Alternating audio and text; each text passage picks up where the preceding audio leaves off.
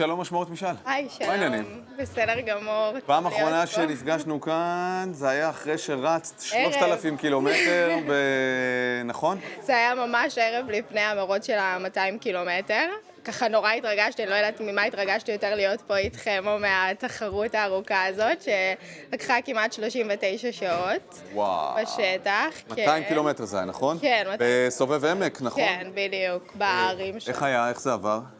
זה היה מרוץ נורא ארוך, 200 קילומטר. פיזית ומנטלית. כמה כן. זמן זה 200 קילומטר? אז לי זה לקח כמעט 39 שעות.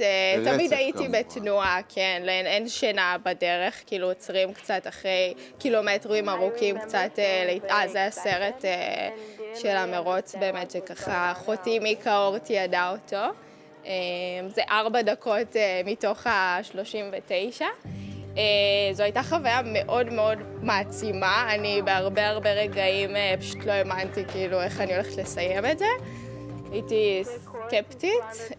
בקילומטר 185 אני ככה ממש הייתי בטוחה שאני כבר הולכת מוטטת. לפרוש. כאילו. אחרי 185 קילומטר. כן, כן. אבל אז בנקודה הזאת הבנתי ששם בעצם מתחיל המבחן האמיתי, שם בעצם מתחיל מצד אחד זה האולטרמרתון. נשאר עוד קצת, מצד שני זה עוד 15 קילומטר אחרי קצת שרצנו זה- 185. הקצת הוא לא קצת. כן, יואו. וכל צעד באמת כואב. מה עובר בראש ברגעים כאלה? עובר של יואו, מה אני עושה פה? כאילו, למה הכנסתי את עצמי? מה חשבתי? הרבה כאילו רגעים של כזה סוג של חרטה, אבל גם היו הרבה רגעים של אושר ושמחה, הרבה חברים שלי הצטרפו ותמכו רצו בי. איתך קטעים? כן, כן, וזה מדהים. זה לא עניין של קצב במרוץ כזה, נכון? נכון, נכון. האמת שבאולטרה מרתון לראשונה הבנתי, כאילו כמה שמרתון זה יחסית ספורט סוליסטי, אולטרה מרתון זה באמת ספורט לפחות בשבילי, שהראה לי באמת כמה חשוב הכוח של הקבוצה והתמיכה, כן. בשביל להשלים את ההישגים האלה.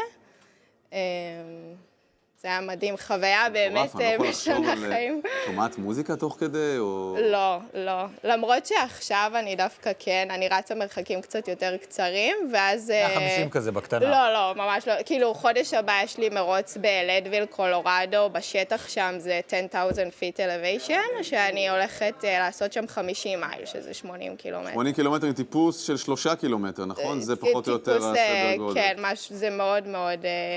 זה פסיכי. זה אחרת, אני מתאמנת במנהטן, ושם זה מישור, אז כאילו אין לנו באמת איפה. אז בחדר כושר אני עושה שיפוע 15 מעלות בהליכות. וואו!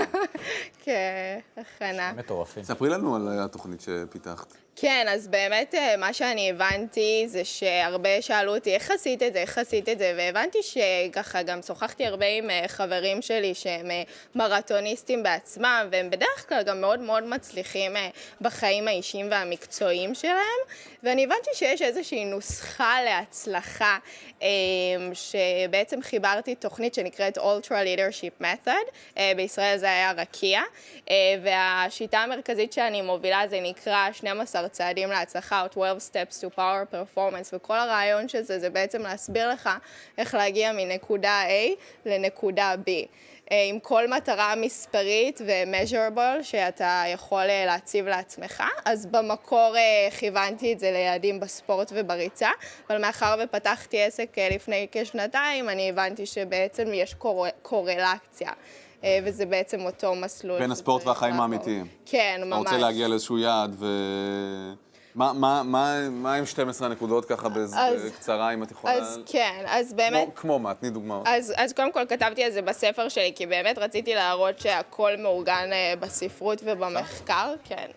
בהחלט זה נמכר באמזון, ובבארנס אנד נובלס ובקיימארט. בעברית? זה באנגלית פשוטה לחלוטין. יש שם גם תמונות של תרגילים שאפשר לעשות, אז זה ככה משלב גם את האלמנט הפיזי וגם את האלמנט המנטלי והפסיכולוגי. מגניב שיש לך ספר. זה תמיד נחמד, אתה יודע, גם היום זה self-published, אז בעצם היום...